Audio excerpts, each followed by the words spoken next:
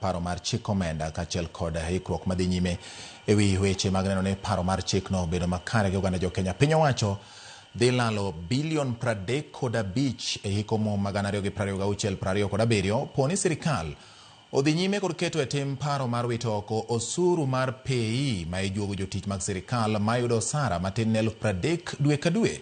Jakom mar komiti mar od bura mamalo komiti mar omenda od bura mamalo Kuria Kimani olero ni dhi chuno sirkal mondo ong'ad bajet mare kod bilion 35 e keto e tim chenro makamano. Chris Owino duogo ka kod ler.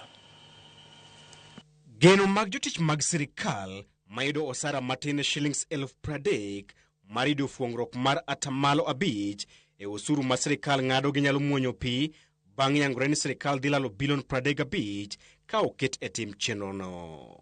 Yesterday we got a report that the proposed making less than 30,000 shillings to be tax free, raising that from 24,000 would cause a deficit in the budget of 35 billion shillings. Jakom komiti mar od bura mar omenda Kuria Kimani wacho ni dhi chuno sirkal mondo duok piny budget mare manyien gi bilion 35 mar keto e tim chenro no.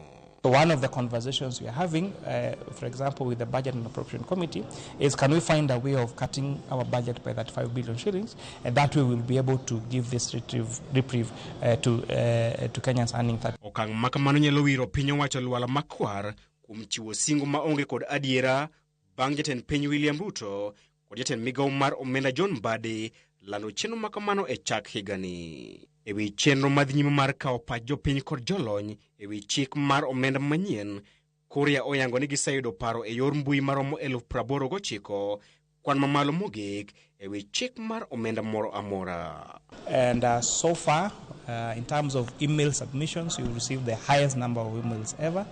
As at yesterday, we had received 98,000 emails in terms of submissions.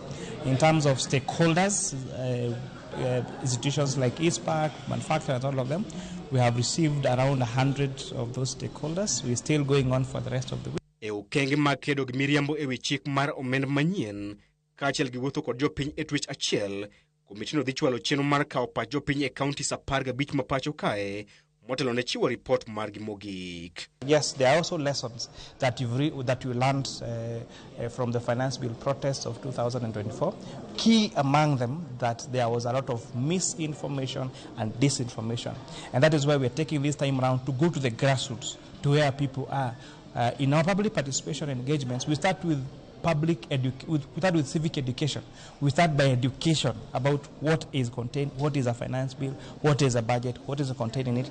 Chris Owino, Ramogi TV.